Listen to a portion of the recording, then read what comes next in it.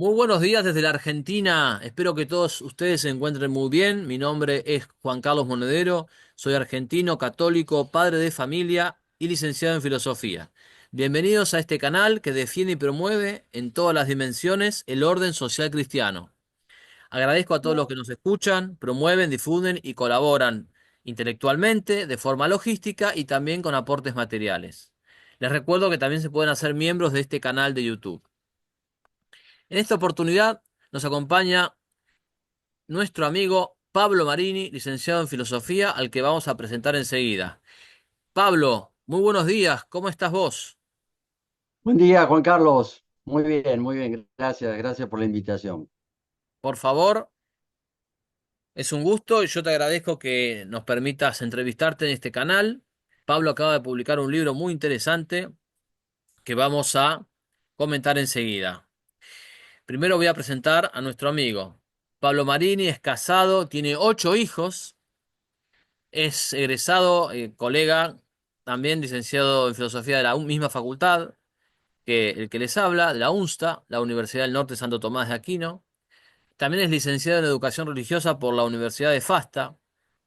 Durante más de 30 años se desempeñó como docente universitario dictando materias de formación como teología, filosofía y ética en distintas universidades católicas. Es autor de más de 10 libros, artículos y conferencias. También ha realizado investigaciones de política internacional. Ha ocupado cargos de gestión educativa en el nivel secundario. Es también editor y estuvo a cargo de proyectos de libro de texto para colegios católicos. Actualmente sigue ejerciendo la docencia. Esta obra que vamos a comentar ahora, este libro titulado Redimidos, es el fruto de charlas y conferencias que hace 20 años Pablo dicta sobre el tema.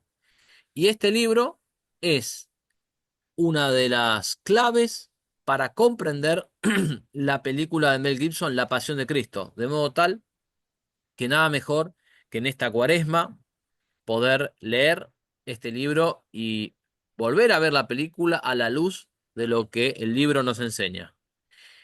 La película fue estrenada el 25 de marzo, nada menos, del año 2004 en la Argentina, generó un gran revuelo mediático. Y lo que Pablo hace en el libro es hacer un análisis cinematográfico y también teológico. Y lo que nos va a hablar aquí Así es de es. las posibilidades de evangelización que tiene esta película mediante el libro. Pablo, te escuchamos atentamente. ¿Qué sería lo primero que le querés decir a la audiencia sobre el libro y sobre la película? Sí, el libro tiene además un subtítulo, porque Redimidos, si bien puede llegar a sugerir de qué se trata, el subtítulo lo que hace es especificar bien cuál es el tema del libro, que es un itinerario a través de la pasión de Cristo de Mel Gibson. Este es un libro que de alguna manera es el fruto maduro de estos 19, casi 20 años en donde he dado charlas y conferencias en muchos lados, en casa de familia, en colegios, instituciones, empresas, sobre este tema de la película que considero atrevidamente, si se quiere, pero seguramente muchos podrán coincidir en que se trata de la mejor película católica de toda la historia del cine, pero además es la película más católica de todas las católicas. O sea, hay una distinción en lo que estoy diciendo. Es decir, por un lado, se puede decir que es la película, la mejor película católica de la historia en el sentido de su realización, producción, actuación, vestuario, iluminación, fotografía, es decir, una cantidad de detalles que hacen a la dimensión técnica y a la elaboración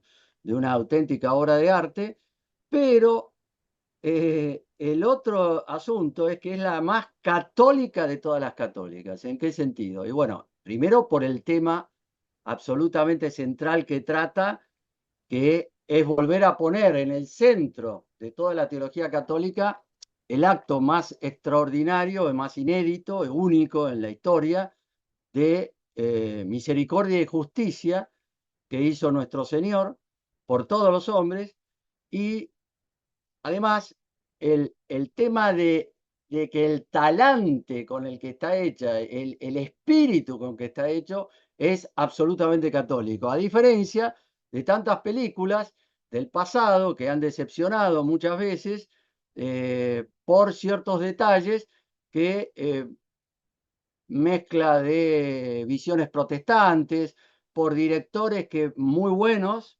pero que hacen el trabajo, un trabajo puramente profesional, sin sentirlo realmente. En cambio, se puede decir que La Pasión de Cristo está hecha desde la fe católica, con un talante católico hasta la médula. O sea, es una película católica hasta la médula. Y tiene varios elementos que yo destaco, especialmente en el análisis teológico, más que en el cinematográfico, pero en el cinematográfico, curiosamente, hay que ir señalando todas las cosas que hacen a lo católico también. Entonces es muy enriquecedor, las dos partes se enriquecen mutuamente, por así decirlo, la parte de análisis cinematográfico y la parte de análisis teológico se enriquecen mutuamente y entonces me parece que se pudo lograr algo, una obra que puede ser muy interesante, tanto para gente cinéfila, ¿no? Que le gusta mucho el cine, como para gente que, por supuesto, quiere también ir a penetrar en las dimensiones teológicas que la película está presentando. Buenísimo, Si querés, comprendo perfectamente y me parece muy interesante cómo lo abordaste. Esto nos llevaría a la siguiente pregunta, ¿no? Eh, a ver. por lo que yo pude escuchar y por lo que pude leer de otras cosas que vos fuiste publicando al respecto, también te apoyaste mucho en los comentarios del sacerdote Flavio Mateos. Creo que él hizo Sí, un comentario a la sí, película. él en realidad, Invítame un que es el poquito. que me prologa el libro, y que tuve el gusto de invitarlo a que me lo prologue, y hizo un prólogo muy lindo, muy bueno y muy generoso en sus palabras. Eh, Flavio es el que hizo, digamos así, la primera crítica católica eh, integral, ¿no? Desde su punto de vista, que es una formación muy ecléctica, pero y muy profunda desde el punto de vista católico, porque Flavio tiene un itinerario vital muy interesante porque él viene desde el ateísmo y desde la militancia comunista, pero se convierte, ¿no? Se va convirtiendo a partir de los 20 años, de la veintena de años, en un proceso largo que no fue tan fácil. eh, Desde el punto de vista incluso de sus experiencias vitales, existenciales, y también por la belleza, por el tema de la belleza, que es también una forma de convertirse, y por el tema litúrgico. Entonces, él fue penetrando en todo esto hasta llegar, gracias a Dios, efectivamente, gracias a Dios, a una conversión a la Iglesia Católica, a la religión católica, y eso le permitió tener una mirada muy integral por también su formación cinematográfica, porque él estudió cine, yo no estudié cine.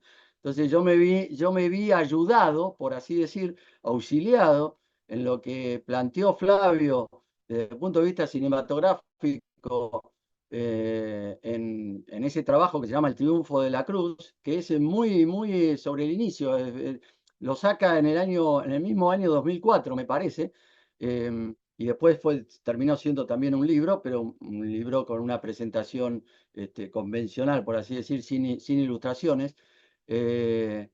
eh, y entonces eso me permitió este abordaje desde el punto de vista cinematográfico y teológico para hacerlo mucho más completo, ¿no? Y eso es lo que me permitió también desarrollar las charlas estas que tuvieron muy buena repercusión y que es lo que me animó de alguna manera después de 20 años a como una cosa decantada, como una cosa ya madura a hacer este libro. A punto tal que el libro me llevó un año, calendario exacto. Empecé en octubre del 2023, lo termino, me acuerdo perfectamente el día, el 12 de octubre de 2024. Y después, bueno, vino la producción editorial, el diseño lo realicé yo, también ayudado por gente amiga, también están los consultores, tuvieron el consultor de diseño, el consultor que es Pablo Pérez, el consultor de lengua latina, que es Sebastián Pierpauli, y por supuesto el consultor cinematográfico que fue el mismo Flavio. Entonces, con esa ayuda, pude realmente diseñar el libro, lo corregí, lo armé, hice todo, y bueno, y lo produjimos técnicamente en una imprenta que se puso mucho la camiseta. Realmente el tipo, sin ser una persona practicante, es decir, pero sin embargo, dijo, este libro no puede salir mal, y efectivamente se hizo con una calidad impresionante, con tapa dura, como se llama, encuadernación cartoné, cosido, a cuatro colores, no, salió espectacular, con papel e ilustración, realmente salió muy bien técnicamente, lo cual a mí me pone muy contento, porque fue como una especie de concreción de algo que yo quería, ¿viste? Yo a veces lo digo. ¿Te acordás cuando Maradona dijo en su momento con 12 años, dice, ¿y vos qué querés? Cuál es tu sueño? Y yo quiero jugar un mundial y salir campeón con la octava. Mirá la ingenuidad, la inocencia de Maradona, de allá lejos hace tiempo, ¿no? Dice, quiero ser campeón con la octava. Te puede decir que su sueño era jugar un mundial, no Claro, ganarlo, ¿no? claro, claro, claro. Jugar un mundial. Bueno, a mí me pasó algo parecido. ¿Cuál era mi sueño? Mi sueño era un poco lograr un libro de esta calidad, de esta presencia, y justamente sobre esta película que realmente ha impactado de una manera increíble, y uno lo nota en todas las cosas que ha podido recabar en todos estos años en los testimonios de las personas que se acercan después de las charlas y te dicen, no, a mí la película me impactó, me pasó esto. Y además es un poco lo que yo cuento ahí la introducción del libro. eh, en la introducción del libro, yo cuento, este es esta es la presentación, ¿no? Este libro pesa un kilo 600. Este, pero Pero la vale verdad lo que que, pesa, vale lo que pesa, ¿no? bueno, ojalá sea así. Pero digamos, bueno, está presentada, está con este tipo de diseño, con 115 recuadros laterales, ¿no? Ahí se ve, no sé si se ve, Sí, si se está ve centrado. perfectamente. Sí, sí, ahí está la imagen, Bueno, esta está la actriz de la Virgen María y creo que abajo está María Magdalena, si no. bueno, esta es María Magdalena. Esta es una imagen bellísima, oficial de la película, en donde es un contrapunto emocional, porque ahí todo es interesante, en la película es impresionante, por eso eh, yo la llamo es una especie de hazaña cinematográfica y es una especie de milagro teológico, ¿no? Mirá, yo lo que quiero Eh, es, ya tengo, digamos, todo, quiero preguntarte específicamente por algunos puntos, pero lo que me queda de esto es que es una excelente película como tal, califica como película lo que es producción cinematográfica,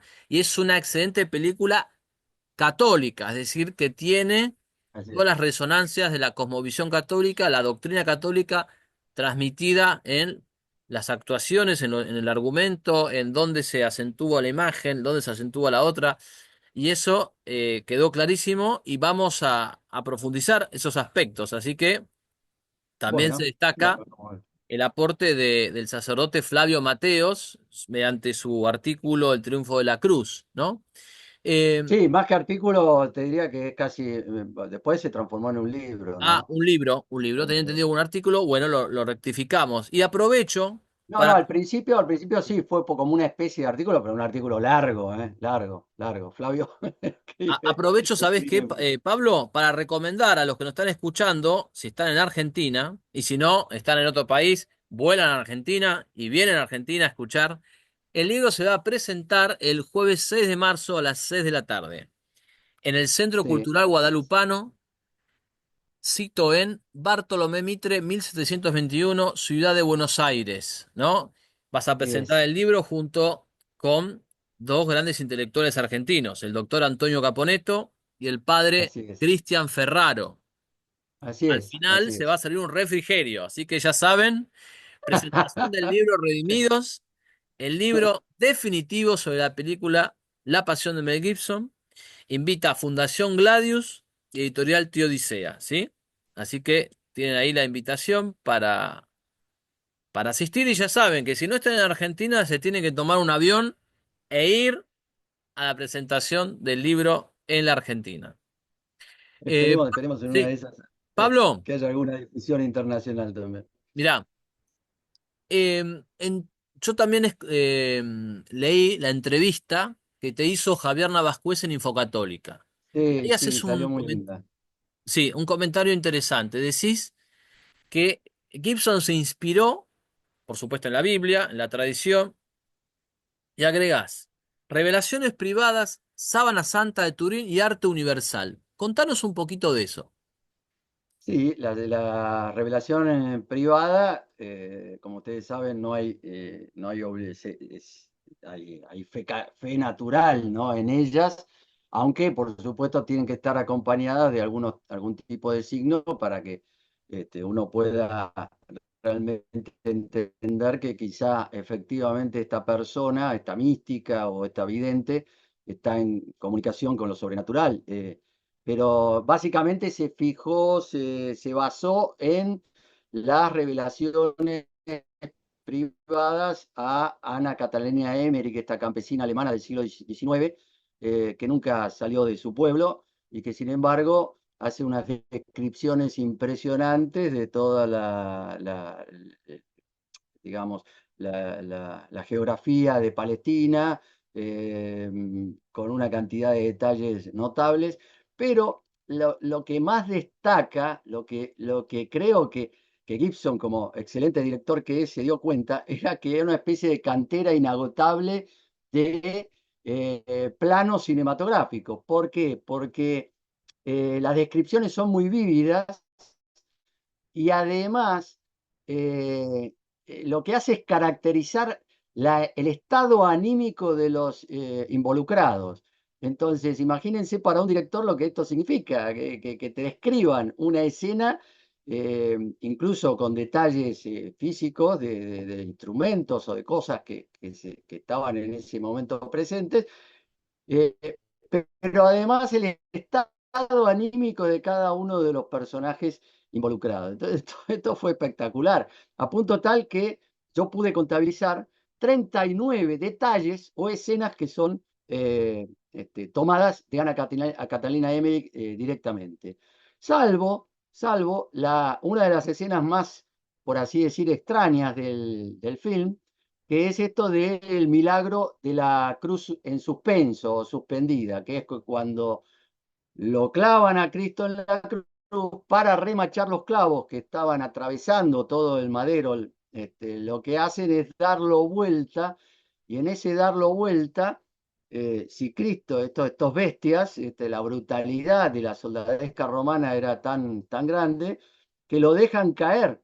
Con lo cual, si Cristo hubiera caído con la cruz encima, con todo el peso que eso significaba, hubiera implicado la muerte instantánea seguramente en ese momento. Pero ustedes saben que una de las dimensiones teológicas fundamentales para establecer por qué, a pesar de la dureza del castigo, Cristo no muere antes de ser crucificado, es que todo tenía que ser cumplido, todo tenía, el sacrificio tenía que ir hasta la última instancia, y esa última instancia era sin duda la crucifixión en cruz. Así que no se podía, por así decir, entre comillas, no se podía morir antes Cristo. Y entonces hay un auxilio divino, según lo que revela, no Ana Catalina Emmerich, que no está este episodio en esas revelaciones, sino Sor María Jesús de Ágreda, que es otra mística del siglo XVII, me parece, que lo que hace es describir esta ayuda divina en donde los ángeles sostienen la cruz, no se aplaste contra el suelo y sea aplastado por el peso de la cruz. Entonces la cruz queda en suspenso. Por supuesto, esto lo tiene que mostrar Gibson cinematográficamente. Milagro. Entonces la distancia es bastante obvia, bastante evidente, a punto tal que se ve perfectamente la cara de sorpresa de María Magdalena, que es la testigo de eso, y que en en una típica escena en donde solamente el espectador sabe lo que está mirando María Magdalena, ¿no? Entonces,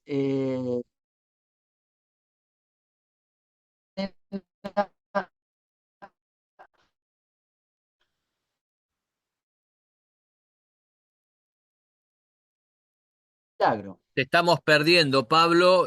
¿Hay algún problema de conexión? A Según ver. lo que cuenta Sor María Jesús de Ágreda, estaba Pablo, a unos Pablo, milímetros.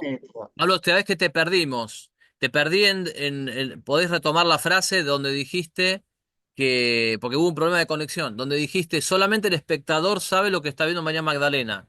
A partir de ahí después dejamos de escucharte. Si podés retomar, por favor. Perfecto. Bueno, solo María Magdalena puede ver, por supuesto los espectadores pueden ver de qué se trata esto, y entonces Gibson tiene que hacer eso, como yo les digo, esa especie de exageración de la distancia, cuando en realidad lo que dice Sor Jesús María de Ágreda es que la distancia entre el piso y el cuerpo de Cristo era de milímetros, por lo tanto no se dan cuenta, los que están presentes no se dan cuenta del milagro. Aunque sí, por supuesto, María Magdalena aparece y todo eso tiene un sentido, porque Gibson con eso, de alguna manera, como se dice, mata a dos pájaros de un tiro. Uno era mostrar que Cristo seguía siendo dueño de la situación y Dios al mismo tiempo que hombre. Y entonces aparece la dimensión del milagro, que es muy importante y que además Gibson tiene un límite enorme, porque ¿qué pasa en las demás películas? Las demás películas que muestran toda la vida de Cristo no tienen ningún problema. ¿Por qué? Y porque muestran toda la parte de los milagros durante la vida pública de Jesús, entonces eso tiene tiempo, por así decir, para mostrar esos milagros. Y después, cuando aparece todo el tema de la crucifixión, muestran, digamos, la dimensión humana de Cristo. En cambio, Gibson no tiene esa posibilidad, porque está acotando de una manera brillante, pues es muy inteligente lo que ha hecho, acotando a 12 horas la cuestión. Entonces, es desde la noche de Getsemaní hasta, por supuesto, la tarde del Viernes Santo, del primer Viernes Santo de la historia. Entonces, pero mata a dos pájaros de un tiro porque muestra en medio del dolor y del sufrimiento la dimensión divina de Cristo y el milagro. Y por el otro lado, por un lado le da respiro a María Magdalena, que en un confronte espectacular con la Virgen tiene un dolor enorme, corredentor, participativo, que tiene que ver con el dolor de su hijo, pero es un dolor con un temple y una fortaleza gigantesca, enorme. Mientras que María Magdalena es algo mucho más alterado, digamos, su estado de ánimo es un estado de ánimo alterado. Entonces, eso es peligroso, porque peligra la fe de una persona cuando el estado de ánimo queda tan alterado frente al dolor y al sufrimiento y a lo terrible que está mirando. Entonces, Gibson aprovecha, y por así decir, el milagro de la cruz en suspenso aprovecha y mata a dos pájaros de un tiro. Nos muestra la grandeza divina de Cristo y el control, digamos, de alguna manera de ese sufrimiento que va hasta a ser culmine en la cruz, y muestra, por otro lado, le da un auxilio, un escape, un alivio a la situación anímica de María Magdalena que Una consolación espiritual, quizás. una consolación espiritual que en ese momento era fundamental para que ella no pusiera en riesgo su fe. Y pero además, por así decir, también nos da respiro a nosotros, porque en el medio de ese sufrimiento durísimo, durísimo, podemos decir que desde ya que hay que admitir que pocas veces se vio en el cine algo así, es decir, en medio de ese sufrimiento durísimo, también nos da un alivio espiritual al espectador. Eso es espectacular. Eso Gibson lo hace con brillantez, lo hace para que la gente, como él dice, él mismo lo dice, yo tengo que darle escapes a la gente, pues si no la gente sale corriendo del cine. Claro. Y lo hace con maestría y es una forma de que Dios nos sigue diciendo, miren, aunque la barca esté y el diluvio y la lluvia y la Así es, tormenta, acá sigo yo teniendo el control de todo. así Tengan es, fe, tengan esperanza y tengan amor. Sí, sí, sí. Qué buen así es. aporte. Ya nos diste un aporte importantísimo para poder volver a ver la película en esta Semana Santa y parar la atención en ese detalle que es fundamental y que viene por la revelación, una revelación privada. Sí, sí, sí, sí. Bueno, eso entonces con respecto a las revelaciones privadas, ese es un poco lo que aprovechó Gibson y lo aprovechó excelentemente. Está en el libro, están todo el detalle, cada detalle de lo que tomó de las revelaciones privadas. Y después está el tema de la sábana santa, que por supuesto se puede escribir, se puede hacer unas conferencias enteras y se puede escribir una biblioteca entera sobre todo lo que se ha investigado sobre esta reliquia, que se considera la reliquia más importante de la cristiandad. Y el tema es que Gibson toma los detalles anatómicos, patológicos que se desprenden de la sábana santa, que por supuesto ha tenido estudios de todo tipo, y eso lo traslada a la película, a punto tal que se podría decir que si hay, yo pude contar en tiempo real, porque es tiempo real la flagelación. Eso es un detalle muy importante, muy interesante. No hay cortes de tiempo, no hay espacios, no hay gaps, por así decir, en la flagelación. Eso son 9 minutos con 115 flagelaciones. Recuerden que la flagelación era distinta según el instrumento utilizado. Al principio, muy bien, y eso es un detalle que sacan de Ana Catalina Emmerich, lo flagelan a Cristo en la primera tanda. Hay 3 tandas en la película. La primera tanda, que son aproximadamente 32 golpes, lo flagelan con varas que son nervios de buey unidos, ¿no? De una manera muy dura, es decir, pero flexible al mismo tiempo. Y con eso lo golpean aproximadamente 32 veces. Después viene la segunda tanda, que es la más terrible, que es la de con el flagrum. El flagrum era un látigo que a su vez tenía eh, eh, tres flagelos, y al final de los flagelos había o huesitos o bolitas de plomo o eran ganchos. Y ahí hay, por ejemplo, unos 50 golpes. Lo cual, en resumen, para no hacerlo largo, son aproximadamente 115 golpes que yo pude contar, pero se acercan a los 120 golpes que aparecen en la Sábana Santa. ¿eh? La Sábana Santa, bueno, conocen el tema, se supone que es la sábana con la que fue cubierto el cuerpo de Cristo en la tumba, ¿no es cierto?, después del Pablo, descendimiento. vamos a hacer un pequeño corte aquí, volvemos unos minutos, porque ha comenzado una lluvia y tengo que ponerme al A abrigo. cubierto. ¿Sí? Ahora volvemos. Retomamos con Pablo Marini, nos empezó a caer la lluvia en la casa, así que nos metimos adentro. Pablo, estamos hablando de las fuentes Las de fuentes. Gibson, hablaste de las revelaciones privadas, por supuesto, damos por sentado la Sagrada Escritura, la tradición. Hablaste de la Sábana Santa de Turín y quedó pendiente un comentario sobre el arte universal. Así es. Sí, yo igual te quiero también hacer un paréntesis respecto al tema de Sagrada Escritura y tradición. Una de las cosas que justamente califica como católica, plenamente católica la película, es que se toma en serio las Sagradas Escrituras como historia real. Primero, empecemos por ahí. Es decir, eso ya es un elemento notable en comparación con otras películas que hacen directamente inventos ridículos y fantasiosos, ¿no? Recuerdo, por ejemplo, en Rey de Reyes, una película que recordarás quizá, aunque sos joven, mucho más joven que yo, pero la habrás visto en algún momento, porque se pasan a veces en Semana Santa. Rey de Reyes de Nicolas Rey, de 1961, con Jeffrey Hunter haciendo de Jesús, tiene, primero que ignora ignora todo el juicio de Sanedrín. No existe. El juicio de Sanedrín no existe.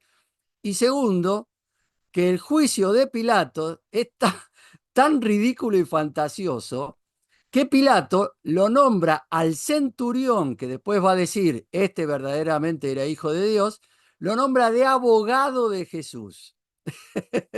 Para que vos te des cuenta el nivel de fantasía, de ridiculez, que puede llegar un director bueno como Nicolas Rey. Nadie puede negar las características, las propiedades profesionales de la pericia profesional de Nicolas Rey, o de los actores involucrados en la película Rey de Reyes, que son una playa de estrellas, y resulta Ahí que te falló el guionista, falló el guionista. claro, el Claro, no, guionista, no pero falló la producción no, por cinematográfica. supuesto, pero el director también tiene que ver con el guión y tiene que decir esto va o no va, o esto me parece que va con el espíritu de lo que quiero hacer.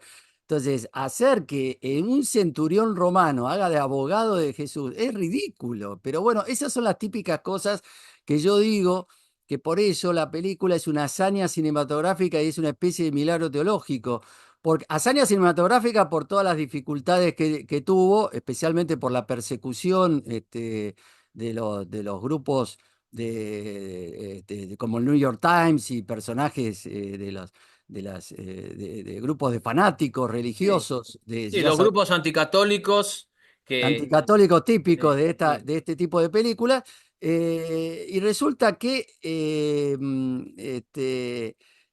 nos encontramos con eso, con que hay cosas disparatadas, inventadas, y que bueno, que Gibson ha podido sortear, y toda la acusación de antisemita, por supuesto, de la película fue directamente sepultada ante la cantidad de premios, de éxito y por supuesto el éxito de público que fue absolutamente abrumador. Bueno, todo eso hace de esto una especie de hazaña cinematográfica. Y por el otro, una especie de milagro teológico en el sentido de lo que te estoy diciendo, de que es una película católica hasta la médula. Es decir, que no se la puede objetar desde el punto de vista de lo que ha revelado la Iglesia durante 2000 años. Justamente, es decir, lo que han dicho incluso gente preparada como son el secretario Dinoia de la entonces Congregación para la Doctrina de la Fe, diciendo que era absolutamente fiel a los evangelios, que era absolutamente fiel a los, al talante con que los evangelios tratan el tema del juicio del Sanedrín y todo eso. Entonces, al final se tuvo que concluir nada de antisemita. Recuerdo la crítica excelente, impresionante, honesta, de Bartolomé de Bedia en La Nación. Y no se puede decir que La Nación sea un diario católico. Aunque hay gente digamos, en la cosa accionaria, ¿no? Que puede alguna familia católica hay.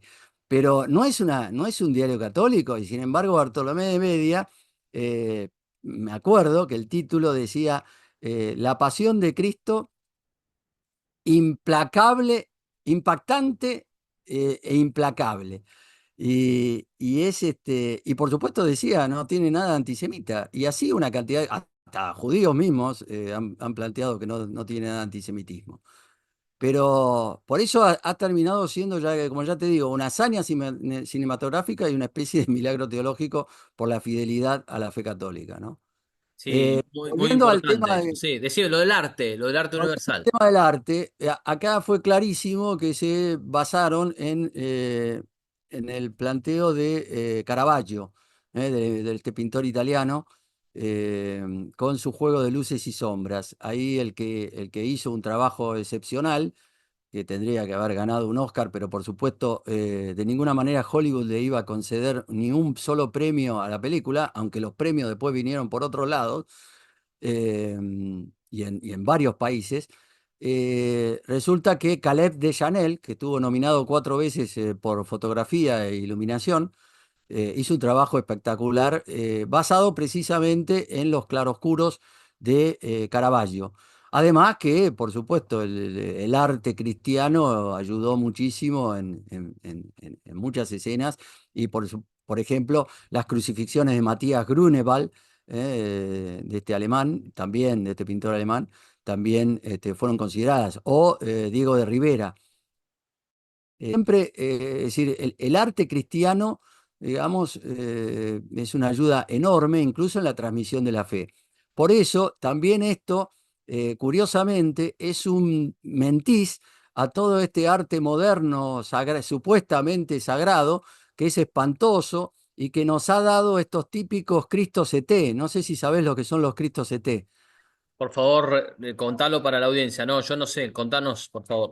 Los Cristos ET son estas especies de Cristos ridículos que ponen así alargados, que se dicen Cristos ET porque parecen extraterrestres, pero que en realidad no transmiten verdades teológicas, porque vos cuando ponés algo, una obra de arte en la iglesia, no puede ser una obra insólita.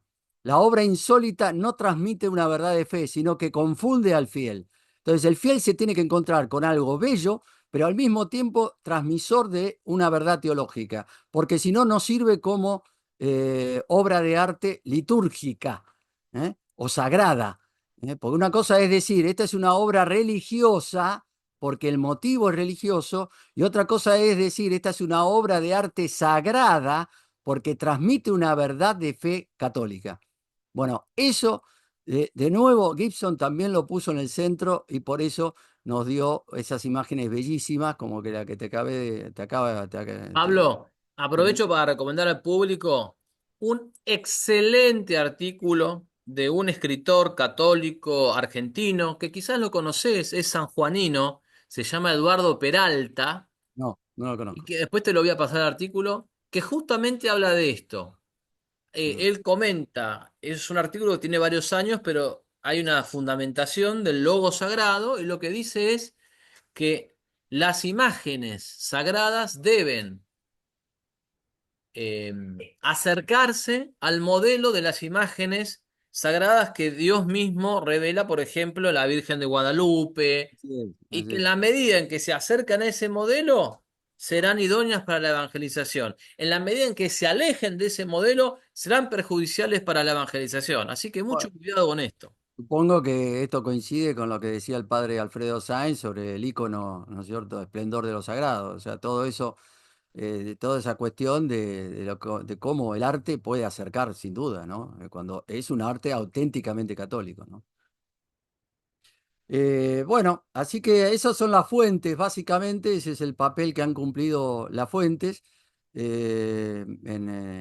para En la enriquecer película. la Perfecto. película y el mensaje católico que tienen. Otros detalles, dijiste que Gibson eligió actores poco conocidos en el cine para evitar distracciones innecesarias. Vos sabés que eso, después de que lo dijiste, yo me di cuenta que era así. No me había dado cuenta antes, pero Y dije, no, por supuesto. es cierto. Eh, Eh, yo, yo ¿Qué nos tengo, podés decir de ese aspecto? claro, yo lo que hago es, en algunos casos, por eso el libro tiene 400 notas al pie, pero no se asusten, son bastante divertidas o interesantes en este sentido. Primero porque tiene muchos datos cinematográficos divertidos, y por el otro, también la comparación con películas anteriores. Y en ese sentido, mis errores al respecto, fue la más grande historia jamás contada, de 1966 con una playa de estrellas increíble, haciendo unas especies de cameos ridículos de 1 minuto, 2 minutos. Toda la gente, en vez de atender a lo que estaba pasando cinematográficamente y teológicamente, atendía, mirá, ahí está John Wayne haciendo de centurión romano. John Wayne haciendo, lo único que faltaba es que lo pusieran el sombrero, viste, la pistola viste, y el caballo. Pero es ese tipo de errores que no cometió Mel Gibson. Por eso lo de Gibson ha sido extraordinariamente superior. Es decir, como dice Flavio Mateo, esto ha subido la vara del cine religioso a un nivel impresionante y por eso todas las otras películas han quedado, no le pueden llegar ni al talón.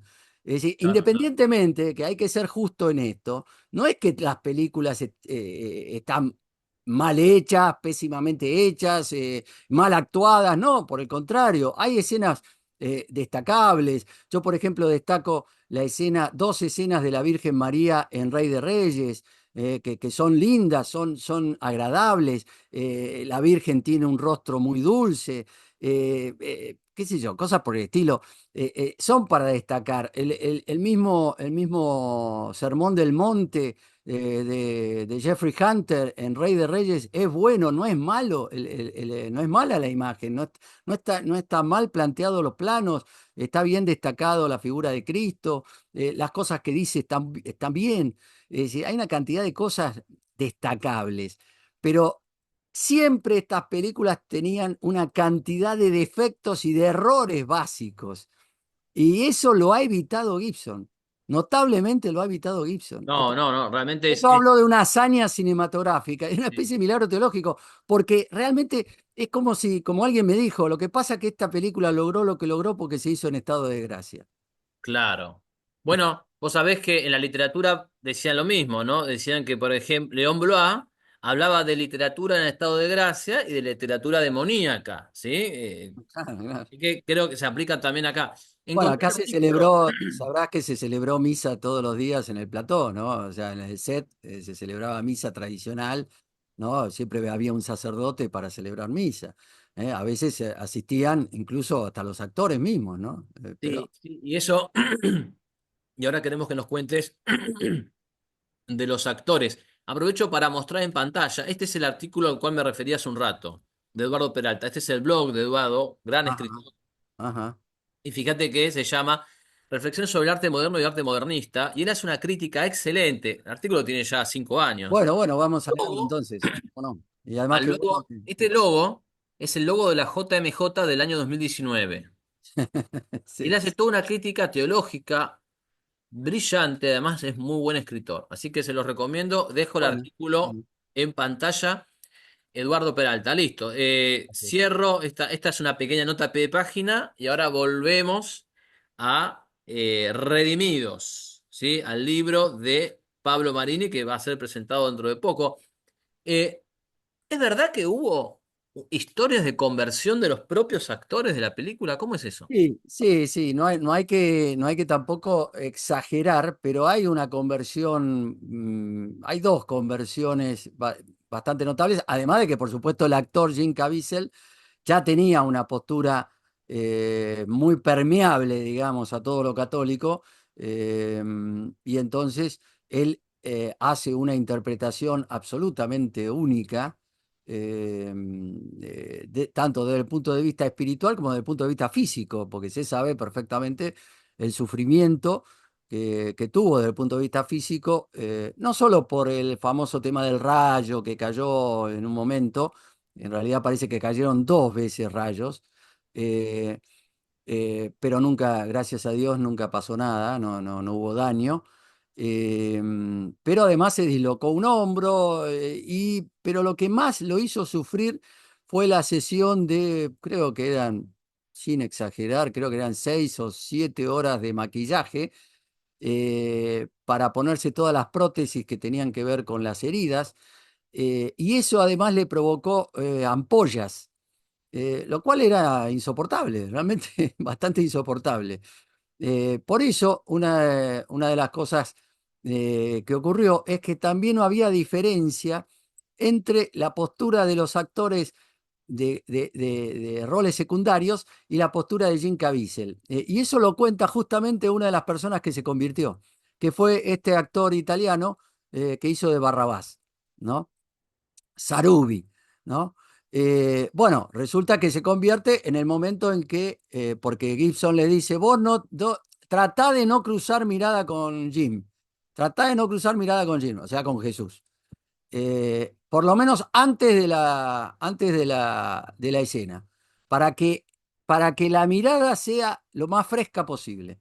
Y efectivamente fue tan obediente que efectivamente no se cruzó con el actor que hacía de Jesús, este actor que hacía de Barrabás, y Barrabás baja las escaleras y mira a Cristo, y lo que él miró, lo que él vio no fue al actor Jim Caviezel, lo vio a Jesús, es decir, es lo que él cuenta, es decir, dice, fue una especie de corriente eléctrica, me llamó mucho la atención, me pasó algo en el corazón, me pasó algo muy extraño, y después eso me quedó picando, Y bueno, y este hombre inició un itinerario de regreso a la fe católica, porque por supuesto, como italiano que es, seguramente fue bautizado de chico, pero después, como le pasa a tantas personas, no le dio más bolilla.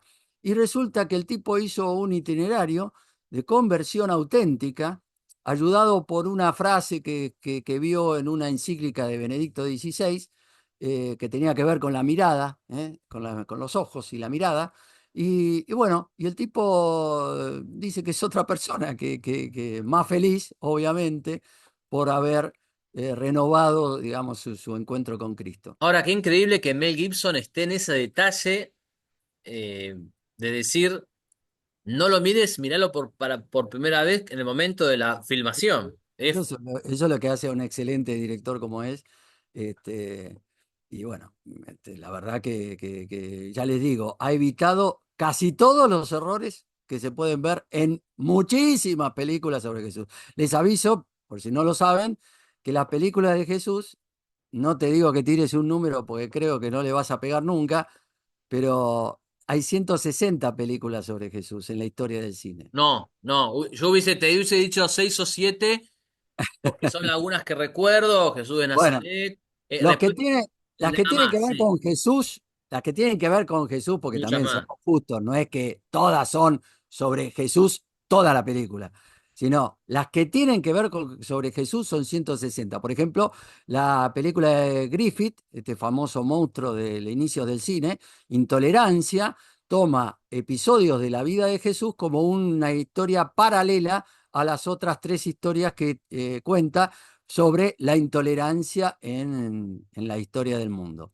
Bueno, pero para que te des una idea, la mitad de esas son en cine mudo. Bueno, yo la que recuerdo más es Ben-Hur, que no habla directamente de Cristo, sino que no muestra el rostro de Cristo, sino que muestra los pies de O Cristo, las espaldas de o Cristo. las espaldas, pero una de las que más recuerdo es Ben-Hur. Bueno, Ben-Hur o Ben-Hur Sí, es de 1959, es una remake de una película de 1930 y pico, de cine, no sé si de cine mudo, pero bueno, esta de 1959 es la que ganó 11 Oscar hasta que fue empatada por Titanic en 1998, claro, ¿no? claro, claro, sí, sí. Pero Ben-Hur es una película extraordinaria, extraordinaria. Pero sí, es como decís, Cristo es una historia lateral, ¿no? Pero que tiene que ver con el protagonista, ¿no? Pero es Lo hacen lateral, enganchar sí, con sí, el sí. protagonista Charlton Heston. Eh, pero bueno, esta cantidad de películas, es decir, siempre tenían algún tipo de error, qué sé yo, una cantidad de cosas. Bueno, esto Gibson lo ha evitado de una manera brillante y como vos te preguntabas, también poniendo gente no muy conocida. Te podría decir que la actriz más conocida de toda la película es Mónica Bellucci, Mónica Bellucci, sí, más sí. conocida incluso que Jim Caviezel. Pero bueno, Jim Caviezel ya había tenido algunas apariciones, como La Delgada Línea Roja, una película de guerra donde justamente ahí es cuando él llama la atención de los productores o de directores, y por eso es uno de los motivos por los cuales Gibson lo llama para hacer de Jesús. Así que bueno, sí, hemos tenido el caso, ya te digo, de Barrabás. Después Judas, notablemente, pero no se ha difundido mucho. Eh, Judas había entrado a filmar la película siendo ateo, su familia no estaba bautizada, y cuando termina la película, Judas se casa por Iglesia Católica y bautiza a sus hijos. Wow. No hay mucha declaración personal de él. En cambio, Saruy, el de Barrabás, hizo todo un testimonio personal de todo esto. Por eso yo lo trato, digamos, así muy Con parcamente, discreción, con con discreción, discreción. en una nota lo pongo al pie. Sí. Después es cierto que Pedro y Juan, que lamentablemente falleció muy joven, este actor que hizo de Juan, ya está muerto. Pero Pedro y Juan también, y con Judas, discutían sobre el tema de la fe a partir de todas las cosas que les movió la película al actuarla, ¿no? Porque obviamente estas personas se comprometen mucho con el papel. Entonces, es bastante lógico que eso ocurra. Claro. Tengo que preguntarte por dos personajes fundamentales de la película y por supuesto de la revelación cristiana. En este orden. Primero por la Virgen María y luego por Satanás. ¿Cómo aparecen retratados en esta película y cuál es el aporte que nos haces desde tu libro para poder ver la película y ver esos detalles y poder interpretar esos detalles? Mirá, la Virgen María, te diría que si no es el detalle que hace más católica la película más católica de toda la historia, le pegan el poste. Yo te diría que está entre eso el tema de la identidad de la última cena con el Calvario y con la Santa Misa, y por supuesto la actuación misma de Jesús, de Jim Caviezel. Pero te diría que el elemento absolutamente distintivo, que hace de esta película católica la mejor película católica de la historia, la película más católica de todas las católicas, es el papel corredentor de la Virgen María. Eso es absolutamente mérito de Gibson, de haber encarado la película con un talante católico total, de no poner a la Virgen como una figurita de estampita, de acompañamiento de estampita, cosa que otro de los graves errores de la más grande historia jamás contada, donde la Virgen aparece. Ustedes recuerden que estas películas son películas de 2 horas y pico o 3 horas. Son películas de mayor extensión que la de Gibson. Sin embargo, por ejemplo, en el libro está hecho el cálculo de las apariciones de la Virgen durante la vida pública de Jesús, ¿no? Yo hago un cuadro, presento un cuadro, no sé si se ve ahí, se ve el cuadro comparativo entre las apariciones de la Virgen en la vida pública de Jesús y en las otras películas. Piensen ustedes que, por ejemplo, en la, la película, la miniserie, porque no es una película, es una miniserie para televisión, Jesús de Nazaret y Fideli, que podría decirse que es la más popular de todas, que todos fuimos formados, los que tenemos más de 50 años, todos fuimos formados en esa miniserie de ¿saben cuánto dura esa miniserie? Exactamente 3 veces la duración de La Pasión. Son 6 horas 20 minutos. Bueno, en esas 6 horas 20 minutos durante la vida pública de Jesús, la Virgen María aparece 4 veces. ¿Cuántas veces aparece la Virgen María en la Pasión de Cristo? 33 veces. Nada más que números, ¿no? 33. 33 escenas para la Virgen María, de las cuales hemos, hemos podido analizar 16, ahí están con distintos colores, no sé si se ve. Sí, sí, se ve perfecto. Sí, sí. Bueno, tienen distintos colores porque se trata de los distintos tonos de cada escena, en el sentido de cuál es el papel que cumple la Virgen María en esa escena. Y entonces la vemos como corredentora, la vemos en escenas como apoyo para que Cristo siga ofreciéndose en sacrificio. De hecho, Cristo, cada vez que se cae y aparece la Virgen, ¿qué hace Cristo? Se levanta. Yo recuerdo la escena que le dice, Madre, yo hago nueva todas las cosas. Claro. Esa escena la Bueno, recuerdo muy bien. ese es el encuentro, esa es la parte del Vía Crucis donde se encuentra con la madre, Sí. en una de las escenas de mayor tensión dramática de toda la película. En esa escena, justamente Cristo está caído, de hecho se dislocó el hombro del actor en esa escena y siguió con la escena, siguió con la escena, y resulta que está caído y se levanta, cuando ve a su madre, se levanta, le dice esta frase que vos has citado, que tiene que ver con el Apocalipsis, obviamente, y se levanta, y se levanta de nuevo y sigue con Sigue el Vía Crucis. actuando. Y la Sigue otra, actuando. otra también, es cierto, esto de las tonalidades es muy bueno porque, por ejemplo, hay otras escenas de María donde no son dramáticas. Hay una escena donde María se lo ve jugando con Jesús de niño, que ella recuerda momentos del niño Jesús. Entonces, Claro, ahí te corrijo esto. Se la ve en una ya de sí, grande, no de niño Jesús, sino de grande como carpintero, en lo que se llama escena puente o plano puente, Sí, que es cuando él ve que está un carpintero preparando la cruz para él, ¿no? A la noche, cuando está ya detenido en el patio de los departamentos de Caifás y Anás, ¿no es cierto?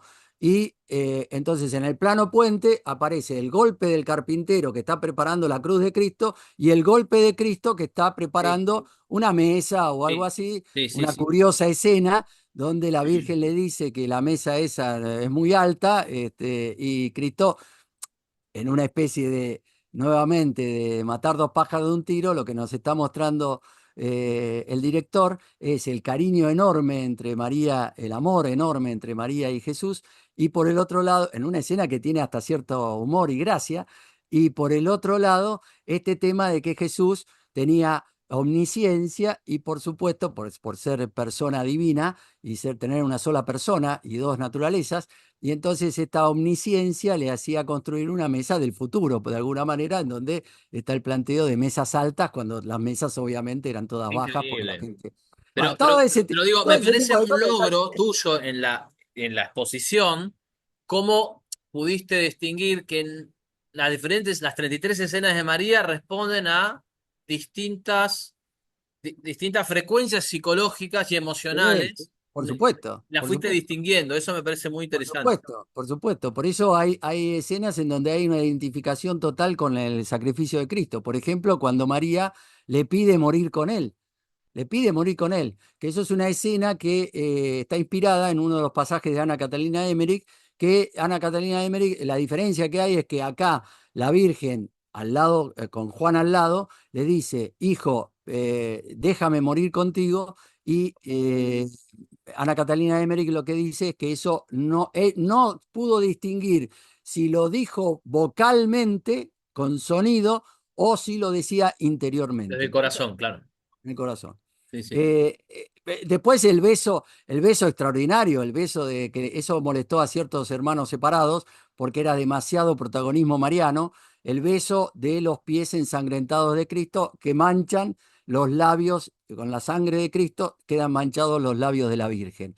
Esa escena, esa escena que, insisto, para muchos hermanos separados, o para algunos, porque en realidad los protestantes recibieron con buen talante, con buen ánimo esta película, esa escena impresionante, resulta que, ¿qué implicaba? La identificación, es decir, el tema de que la sangre física de Cristo tenía que quedar también en la Virgen, de alguna manera. ¿Y en dónde queda? En los labios amorosos que hablaban de perdón, porque perdonó evidentemente en Ana Catalina Emmerich, la Virgen perdonando a los asesinos y a los que querían el mal para su hijo permanentemente.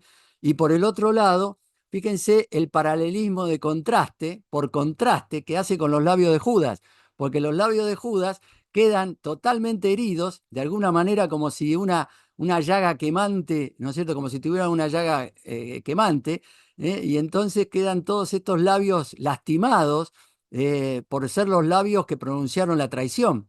Entonces, frente a los labios de amor de la Virgen manchados con la sangre de su hijo, están los labios totalmente resecos Qué y buen lastimados detalle, qué de buen Judas. detalle. Bueno, eso está, pero de eso la película está lleno Sí, de sí, esas sí, cosas, sí.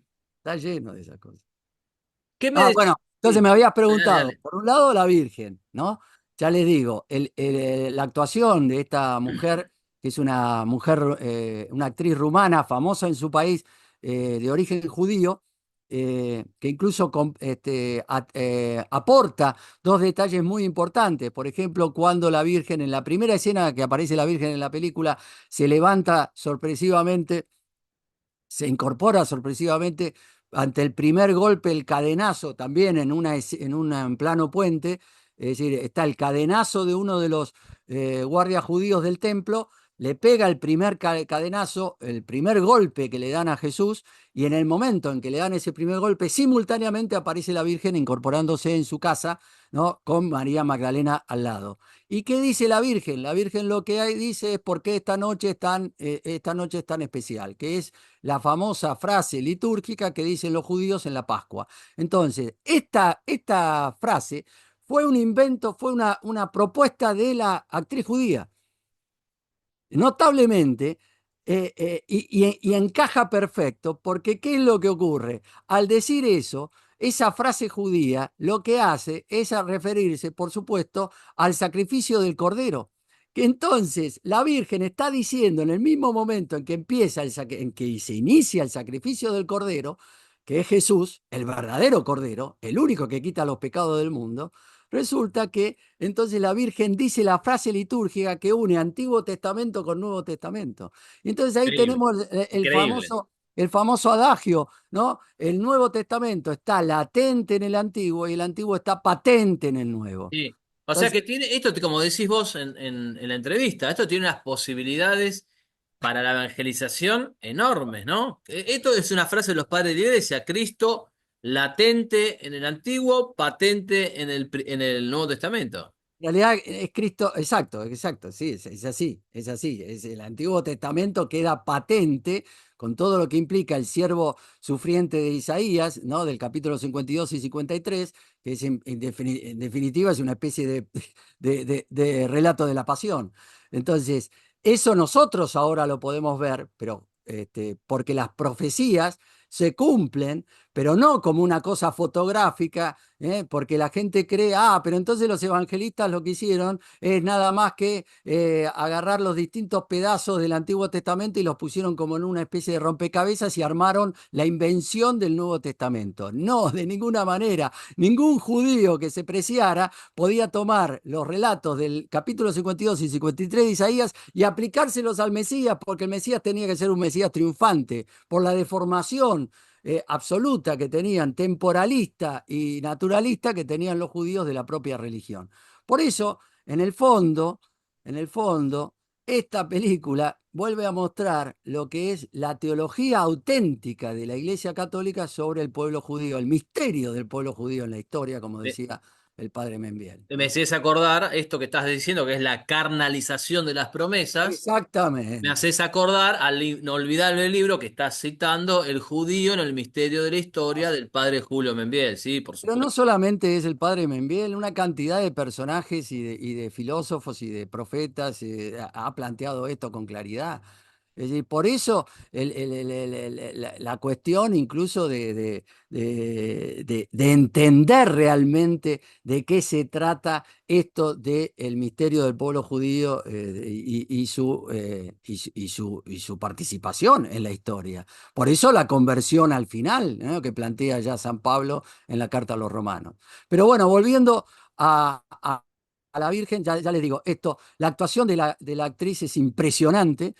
Además, Gibson genera un equilibrio notable en la Virgen porque no se trata ni de esa Virgen desfalleciente que está al borde del desmayo permanente, ¿no es cierto? Y sin entender demasiado qué es lo que pasa, sin entender demasiado lo que es lo que pasa, y por otro lado, esa virgen hierática, impávida, que el hijo está ahí y bueno, ella aparece como una estampita, ¿no? Al pie de la cruz. No, ninguna de las dos. Es una virgen que está llena de expresiones de dolor, de sufrimiento, pero de un sufrimiento templado, de un Claro. sufrimiento de fortaleza, que no tiene nada que ver, por ejemplo, con la escena espantosa, totalmente desequilibrada, que planteó Sefirelli en la miniserie Jesús de Nazaret, cuando la Virgen, frente al cuerpo de su hijo muerto, se lanza sobre él en un llanto totalmente desesperado y desesperante,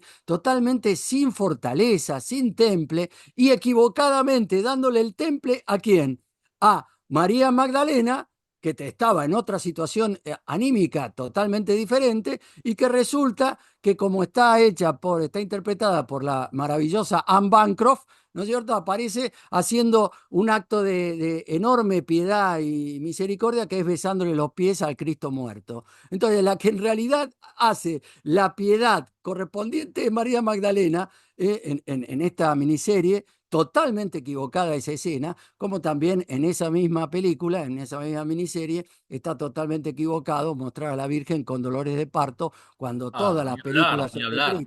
Cristo, cuando todas las películas sobre Cristo evitaron justamente ese peligroso desliz que va contra el dogma católico de que la Virgen es virgen antes, durante y después del No, parto. por supuesto. Y además, el tema eso está directamente vinculado a la Inmaculada Concepción de María, Todo, porque todo, sí, sí, todo, todo, todo, es todo. evidente que Pero esta es una virgen lúcida. Es sí, una virgen, ¿saben cómo se dice esto? Que en esta película la Virgen María es la única, obviamente Jesús también, pero es la única que sabe exactamente lo que está claro, pasando. claro, Bueno, claro, claro. eso es talante católico total. Eso es corredención total.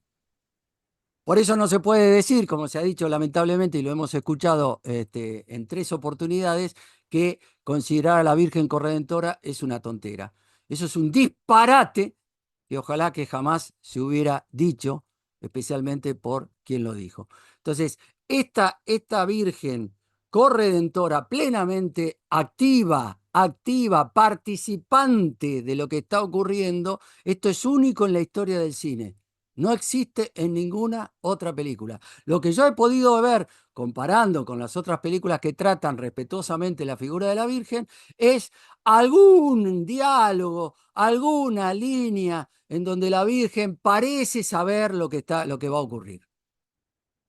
Como pasa en Rey de Reyes en 2 oportunidades, como pasa en, ¿cómo se llama? En la más grande historia jamás contada, con una leve sonrisa de la Virgen cuando van los apóstoles a correr, corriendo a la tumba, y entonces ella se queda y la cámara la enfoca y se le dibuja una levísima sonrisa como diciendo que sabe que ya ha resucitado. Pero todo eso son apenas detalles que salvan apenitas Son el papel de la Virgen. insinuaciones, sí, Insinuaciones que no sí. tienen nada que ver con lo que hizo Gibson con el papel de la Virgen María. Por eso termino con esto de la Virgen María, para no alargarme, con que pase lo que pase con el derrotero espiritual de esta actriz, insisto, de origen judío y de religión judía, yo estoy seguro que en el momento absolutamente clave de su existencia, en el momento de la muerte, la abogada de todos nosotros, la Virgen María, va a estar al lado de ella. Yo creo que va a estar al Wow, lado. wow, me impactó. Ese comentario fue muy fuerte. Yo Y creo que va a estar. tenemos al antagonista de Nuestra Señora, el Ese enemigo, el adversario. es perfecto lo que acabas de decir, porque efectivamente otra cosa que ocurre acá y que es absoluto mérito de Gibson es cómo presenta a Satanás como el antagonista, no solo de Cristo, es el antagonista también de la Virgen. Y ahí también hay un mérito gigantesco de Mel Gibson. Es decir, este es el tema de una película totalmente católica porque muestra que la presencia de Satanás no es una presencia hollywoodense, al estilo casi ridículo, en donde lo han planteado muchas veces, ni hablemos por supuesto de las películas tipo El Exorcista o cosas por el estilo, aunque se pueden rescatar algunas escenas y algunos planteos teológicos, básicamente se puede rescatar algo del Exorcista, se puede rescatar algo de El Exorcismo de Emily Rose, De y se puede... Nefarius también, algunas Bueno, cosas. no, Nefarios directamente, Sí, yo sí. la pongo del lado absolutamente positivo. Como dijo un sacerdote exorcista de la Argentina, que ejerce el exorcismo en la Argentina, Sí, sí, es sí. la mejor película sobre posesión demoníaca que he visto en mi vida. Mira, yo te iba a hacer una observación sobre Nefarius, pero no me quiero desviar. Me parece que tiene enormes cosas positivas. Hay algunos detalles que a mí no me convencieron, pero admito que es bastante discutible lo que yo digo, pero no me quiero desviar, así que Sí, sí, me acuerdo que creo que lo hemos hablado pero eso tiene que ver más que nada con que en una de esas hay una Nefarious 2. dale, dale, dale, después lo Yo creo hablamos, que es pero por eso. será para otra transmisión, porque lo que yo Para- digo es que vos, además de ser una persona que tiene una profunda formación doctrinaria, teológica y filosófica, también sabés de lo específico del cine. Bueno, también, aprendí, estoy bueno, pero aprendiendo. como Chapuceo un todos poco. aprendimos, ahí también veo la Chapuceo. influencia directa de el padre Flavio Mateos. Así es, así es, así es. Chapuceo en esta cosa. Pero aprendí cosas, me encantó. Además, siempre me gustó. Por eso el libro, curiosamente, lo hice con una alegría profunda. ¿Y por qué? Porque uní dos cosas que me apasionan, el cine y la teología. Entonces, realmente fue muy divertido hacerlo. Y quizás por eso Enhorabuena, enhorabuena. lo hice rápido también. Bueno, pero ¿qué pasa con Satanás? Satanás, en vez de ser presentado de manera ridícula o de manera, incluso acuérdense que hay películas donde se lo presentan voz en off, o sea, una voz que se escucha, que la escucha el protagonista, Jesús, ¿no? Pero que la escucha también el espectador.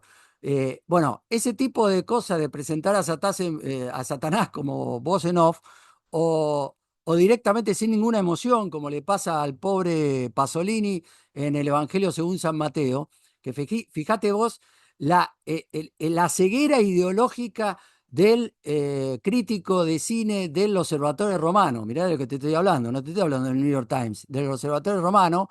La ceguera ideológica que dice en 2014, o sea, muchos años después, 10 años después precisamente del estreno de La Pasión de Cristo, dice que el Evangelio según San Mateo es la película sobre Jesús más grande de toda la historia del cine. Un disparate gigantesco, porque si bien es cierto que esa película tiene mérito, como yo dije, hay películas que tratan las cuestiones de manera solemne, correcta, respetuosa, que están bien actuadas. En este caso, recuerden que Irazoki, que es el que hace de Jesús, es un chiquilín de 19 años, actor aficionado, ¿no es cierto? Y sin embargo hizo un papel digno, ¿no? Pero la Virgen, cuando presenta, hay una Virgen joven, que la representa una actriz italiana joven, de 17 años, 18 años, y después hay una actriz mayor, demasiado mayor para mi gusto, que es la madre de Pasolini, Susana Pasolini, a la cual le faltan dientes, para que te des una idea del nivel con que se manejó la cuestión. Bueno, esta película tiene el episodio de las tentaciones de Cristo con Satanás, pero el actor elegido para Satanás simplemente es un actor medio con un rostro un poco duro, grotesco, medio feo, ¿no? Pero sin ninguna emoción, sin ninguna tensión dramática, ninguna, ¿eh? Es el diálogo de San Mateo, porque recuerden que Pasolini quería ser muy fiel al Evangelio según San Mateo y lo sigue casi literalmente, ¿no? Entonces, sin ninguna tensión dramática, habla Jesús, habla Satanás, se intercambian estas tentaciones, ¿no? Plantea las tentaciones de Satanás, pero sin ninguna emoción de ningún tipo, una cosa Increíble. totalmente chata, Aséptico. Sí, ¿no? sí, Chata, sí. como se dice en cine, ¿no? Una cosa chata, Que no, no no, dice nada. no Sí. dice nada, ¿no? Pablo, ¿sabés qué me estás haciendo acordar? Permití una digresión. Entre las películas que hablan a veces del demonio, me hiciste acordar de una película que tiene excelentes actores, excelentes, pero que tiene también una mala teología, que es El abogado del diablo, Sí, de Al Pacino y Ken sí, sí, Reeves. por supuesto, por Hay una supuesto. escena muy interesante donde Al Pacino, que es el demonio, entra a un templo y coloca el dedo índice dentro de una pila de agua bendita. Sí, sí, sí, sí. Y hace este gesto, toca el dedo, mira desafiante a Dios y hay como una especie de, como si el agua empieza a hervir, como si el poder del diablo estuviera, eh, digamos, evaporando el agua. Nuestro querido, hoy se han cumplido 10 años de su muerte, Aníbal D'Angelo Rodríguez, hizo un comentario de esa escena y dijo, esto está mal porque sería exactamente al revés. O sea, el agua bendita habría destruido o le habría perforado el dedo. Entonces, fíjate qué importante es no solo tener la producción, el dinero, los actores, la técnica teatral, sino también el contenido bien, el Bueno, argumento bien. la fe católica. Sí, Porque Gibson, de cual no vamos a decir que ahora es Amel, obviamente que no, incluso por su derrotero personal, del cual no nos metemos, pero lo cierto es que tiene fe católica. O sea, hace la película con fe católica. Y uno de los graves errores de todas las películas que muestran a Satanás, ¿cuál es? No estoy hablando en este caso específico de las que son películas sobre Jesús, no estoy hablando de eso. Pero las películas que hablan de Satanás en general como personaje, así en estilo Al Pacino, muestran a Satanás en el mismo plano de poder que Dios, lo cual es un disparate gigantesco y por supuesto es un error de bulto que han cometido muchísimas películas, y de hecho empezando hasta por la más famosa de todas, que es El Exorcista, porque ¿cómo terminan los dos sacerdotes? Perdón, spoiler, terminan muertos los dos sacerdotes, como si Satanás, ¿no es cierto? Decir, yo puedo salvar a la chica en un acto de sacrificio, el exorcista lo hace muriendo. Tiene que morir para poder liberarla del demonio. No, señor, el rito del exorcismo, bien aplicado, es suficiente. Si hay mucha oración y mucha fe por parte del exorcista, es suficiente para poder intentar la liberación de esta persona y lograrlo. Entonces, es el típico detalle que Gibson, por supuesto, ha sorteado brillantemente. ¿Y dónde se muestra claramente que está sorteado?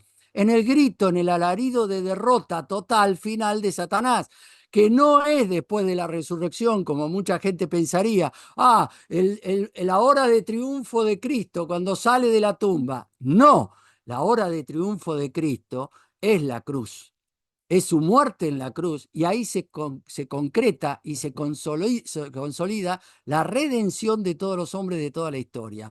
Por eso, el efecto salvífico de la redención a través de la cruz se nota en el infierno y Satanás se da cuenta en ese momento, porque Satanás no sabía exactamente quién era Jesús. Y eso está mostrado en la misma Exactamente, película cuando exactamente. en el primer diálogo le pregunta: ¿quién es tu padre?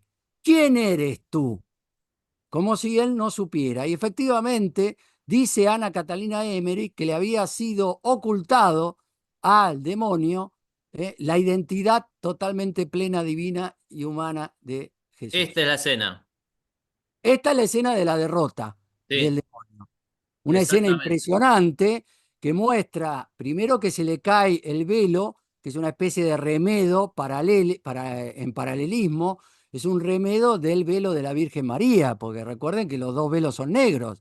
Entonces, eso acá se le cae, mostrando la verdadera cara de Satanás, la cara horrible, espantosa, con los dientes comidos, ¿no? Y afilados como si fueran colmillos, y la boca desmesuradamente abierta, que es otro gesto que el cine ha utilizado muchas veces para generar terror y para generar angustia, y se ve, por ejemplo, claramente en el póster de presentación de la película The Wall, ¿no? O en esas máscaras espantosas que usan los chicos en la escena de la picadora de carne de la película The Wall, o también la boca abierta de Donald Sutherland en los raptores de cuerpos, o una cosa así, que son como seres extraterrestres que se meten en los cuerpos de los humanos para poder conquistar el planeta, cosas por el estilo. Claro, O pero la la idea es famosa, mostrar la desproporción, lo brutal, lo salvaje. sí, pero además el odio y la derrota en alaridos de desesperación porque se sabe derrotado, que es lo que tendría que haber ya intuido cuando es derrotado con las tres tentaciones del desierto. Es decir, esto es impresionante. Además, fíjate que el piso está totalmente seco, es estéril, es un Sí. piso estéril y muerto. Y además, cuando se va elevando la cámara, es una cámara cenital, como se la llama, se va elevando la cámara, se ven restos de esqueletos con restos de cuerpo de carne podrida adherida. Es decir, todo eso, ¿por qué? Porque es el infierno, es el lugar de la podredumbre, es el lugar del mal, es el lugar de la tristeza, Impresionante, del, impresionante. Y del otra odio, cosa, claro que especialmente el acá odio. él, él se ve más que contrariado, porque él empujó la crucifixión y él termina viéndose derrotado por lo mismo que él había empujado. Sí, sin duda, porque así es como también se maneja la providencia divina. Y eso es lo que va a pasar también con la apostasía de la fe en la Iglesia Católica, que estamos totalmente en proceso. Es decir, el tema de que uno diga, pero la iglesia va hacia la apostasía o estamos en un proceso de apostasía de millones de católicos, eso es parte de la historia providencial, de la historia de salvación, que Dios es el dueño de la historia. Y Dios sabe cómo va a terminar la cuestión. Y la cosa termina, como termina en el Apocalipsis, maravillosamente, porque el Apocalipsis, en vez de ser un libro de derrota, como algunas personas creen, es un libro de triunfo total. Entonces esto es lo que va a pasar. Y esto es lo que pasa con los personajes que pretenden ir contra Dios. Al final, ¿no es cierto? No pueden ir contra la omnipotencia divina. Entonces, Dios es el dueño de la historia. Y cuando el demonio creía que la tenía cerrada, que la tenía atada al pie, resulta que es el momento en donde se da cuenta que ha sido totalmente derrotado, porque el amor de Cristo y la misericordia de Dios, ¿no es cierto?, triunfaron en la cruz. Y ese es uno de los elementos también fundamentales que tiene Gibson, de haber puesto la pasión en el centro. ¿Por qué? Porque hay cierta teología modernista que quiere quitar los elementos, por así decir, antipáticos del dolor y el sufrimiento, ¿no? Y ir hacia la resurrección permanente. Como si nosotros en la misa fuera una fiestita para celebrar a Cristo resucitado, cuando en realidad sabemos que es perfectamente que es la actualización del sacrificio de Cristo en la cruz. Entonces, este es el tema que ha puesto de nuevo en el centro Gibson, por eso es la película más católica de entre todas las católicas de la historia. Y el dolor y el sufrimiento vienen a tener un papel fundamental para salvar al hombre y para salvar a cada una de las personas si se asocian al sufrimiento de Cristo en la cruz. Porque Cristo ya redimió a todo el mundo con esa redención objetiva que es la muerte, la pasión y la muerte en cruz, y con toda su vida, si se quiere, y también con la resurrección, pero el centro absoluto de todo, o sea, la atención de toda la vida de Cristo era hacia la pasión y la muerte. Y eso es la redención objetiva, pero después viene la redención subjetiva, que es cómo cada uno de nosotros tenemos que apropiarnos de los méritos que Cristo nos ganó en la cruz. Eso, hoy, en la teología modernista, quiere ser eliminado totalmente. Esto que estás diciendo es también un punto de discusión con la teología reformada, con los protestantes, con los que son todos o casi todos los que sostienen el sola fide. Claro, por Es eso decir, ellos sí, contradictoriamente sí, sí. pueden plantear, por ejemplo, que el cristiano, si cree en Cristo, le va a ir bien económicamente, como decía todo el calvinismo, y como después eso fue importante en la génesis del capitalismo liberal moderno. O sea, el planteo de que en realidad Cristo ya nos salvó y nosotros, en todo caso, lo único que tenemos que hacer es creer con la sola fide que vos mencionabas, bueno, eso es típico de un planteo que se olvida que en realidad Cristo nos está llamando a asociarnos a su cruz en toda nuestra vida. Por eso la distinción que haces entre redención objetiva y subjetiva es importantísima para poder comprender, porque sí, Cristo nos salvó, pero luego también le dijo al joven rico, si quieres entrar en la vida eterna, cumple los mandamientos. Cumple los mandamientos y después dijo, el que quiera ser discípulo mío, que tome su Cargue cruz y con me su siga. cruz. Que tome su Exactamente. cruz. No dijo, che, subite a la 4x4 y seguime. ¿Viste? No, claro. Bien, entonces hay dos Bueno, o tres... Sí, dale, por básicamente favor, ahí sí, tenemos sí. entonces todos los elementos. Es decir, el papel fundamental del sufrimiento y el dolor en la vida de un cristiano para asociarse a los méritos de Cristo que nos ganó en la cruz. El tema de la identidad entre la última cena, el Calvario y la Santa Misa. Y entonces entender que la Santa Misa no es una fiestita para celebrar a Cristo resucitado, sino que es la renovación del sacrificio de Cristo en la cruz. Independientemente que, por supuesto, que podemos, justamente no estamos comiendo un cadáver, no nos alimentamos de un cadáver, nos alimentamos de un Dios, ¿no es cierto?, que está absolutamente vivo en el mismo momento en que Él se está sacramentalmente crucificando de nuevo en cada actualización del sacrificio que realiza el sacerdote. O sea, eso es un misterio gigantesco que no pretendemos explicar ni siquiera tampoco en el libro, porque sí, no, lo hemos señalado, hemos desarrollado, pero no nos metemos en los entresijos de cómo efectivamente Cristo está verdadera, real y sustancialmente presente en la Eucaristía. Es decir, esas son cosas que las dejamos para los tratados de teología. Esto era comentar los elementos teológicos, en este caso la segunda parte del libro, comentar los elementos teológicos que están presentes y claramente presentes, en contraste con todo lo que se está ocultando hoy en cierta prédica católica. Porque no digo que todos los sacerdotes oculten esto, pero sí hay una cantidad de sacerdotes que están ocultando estas Es cosas cierto, sí, porque sí, sí. son dimensiones antipáticas que no nos hacen agradables al mundo, porque parece que hay gente que en vez de querer seguir a Cristo con la cruz, insisto, parece que lo quiere seguir en una 4x4. Y entonces nos inventan una religión que tiene que quedar bien con el mundo, que tiene que ser una religión más propia de lo que le pasa a algunos protestantes, suscitador psicológico para sentirme bien, y entonces hacer de la religión católica una especie de droga, como denunciaba el humanismo ateo de un Carlitos Marx, por ejemplo, cuando decía que la religión era el opio para los pueblos. Entonces acá hay que terminar con eso, hay que darse cuenta que la única manera de que la religión católica sea tomada realmente en serio es que sea una religión que contraste con los valores del mundo y que no se haga cómplice del mundo. Y que siga siendo locura para los judíos y escándalo para los Por griegos. supuesto, pero hay otro elemento que yo he resaltado muchísimas veces a lo largo del libro, que es que justamente si hay una cosa que demuestra el dolor, el sufrimiento y la muerte de Cristo en la cruz, es el amor enorme que nos tiene Dios a cada uno de nosotros. Entonces, ese es el otro tema que hay que destacar. Es decir, no se trata de que somos masoquistas. Nosotros no adoramos a un instrumento de tortura, porque hay que recordar que la cruz es un instrumento de tortura, pero nosotros no adoramos un instrumento de tortura, nosotros adoramos a un Dios que por amor se ha crucificado en un instrumento de tortura, y eso es esencialmente diferente. Eso es esencialmente diferente. No somos masoquistas, no somos masoquistas, no nos interesa el dolor por el dolor.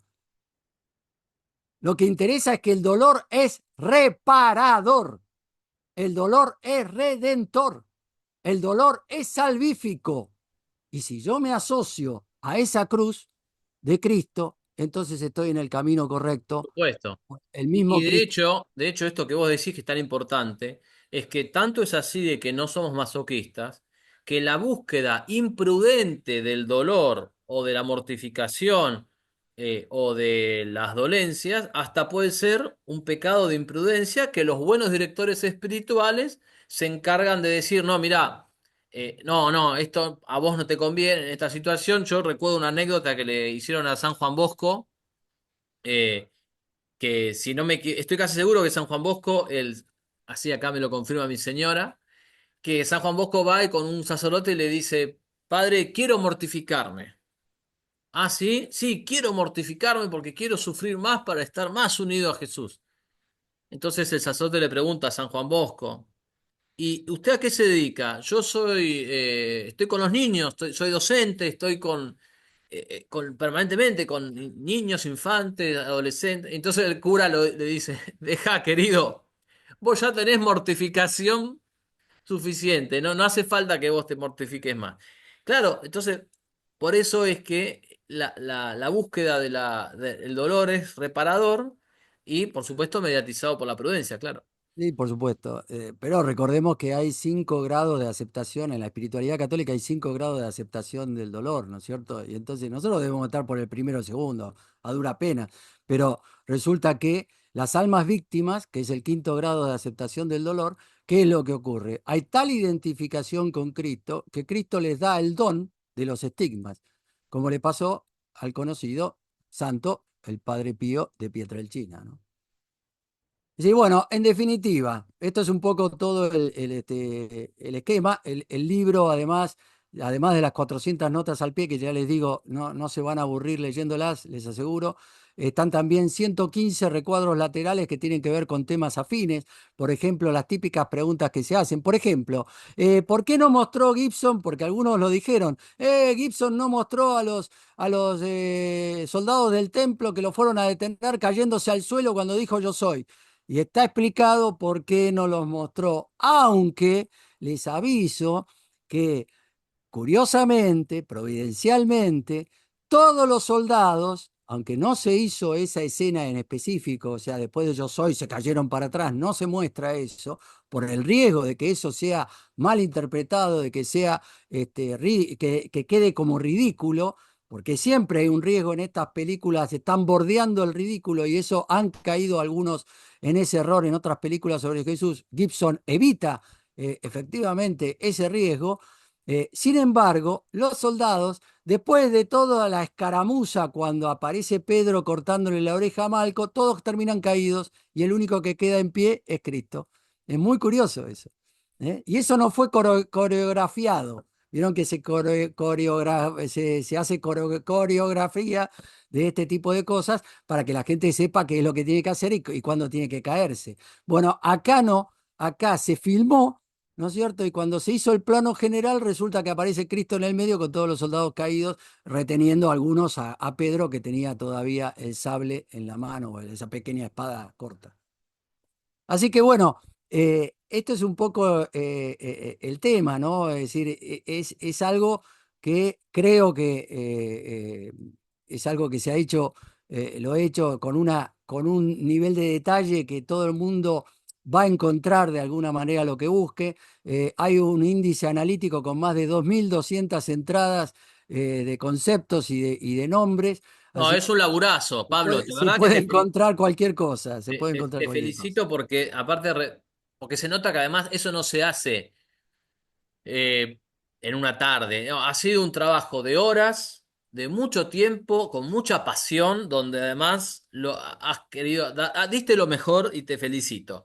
Así Bueno, que gracias, gracias. quiero, para ir terminando, quiero aprovechar y recomendar de nuevo que vayan, lo pusimos acá en Twitter, pero que vayan a la presentación.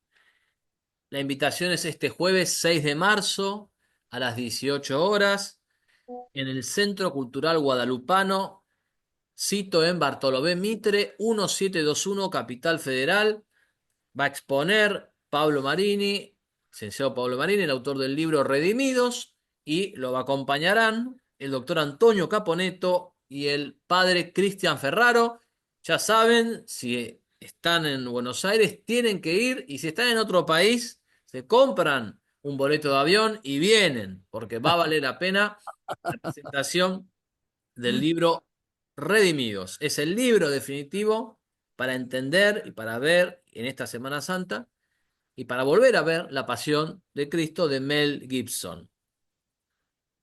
Así Bueno, que te agradezco muchísimo tu tiempo no, por favor, al y contrario. Gracias a esperemos ustedes. que se difunda esta entrevista. Recuerden que este es un canal que promueve el orden social cristiano en todas sus dimensiones, que pueden colaborar con este canal, pueden hacerse miembros, pueden realizar aportes logísticos, intelectuales, económicos, y también no dejen de apoyar, si pueden, el trabajo de Pablo Marini, también en ese triple orden, ¿no? En el orden de la difusión, de la logística, en el orden intelectual, le pueden hacer llegar comentarios a Pablo de qué les pareció, aportes y etcétera. Y en el orden económico, que también es importante colaborar económicamente y sostener esta tarea. Pablo, te felicito por el libro. No sé si quieres decir algunas palabras para terminar esta entrevista. El final de la conclusión, ya les digo esto, repitiendo un poco algo que dije antes, hazaña cinematográfica y una especie de milagro teológico.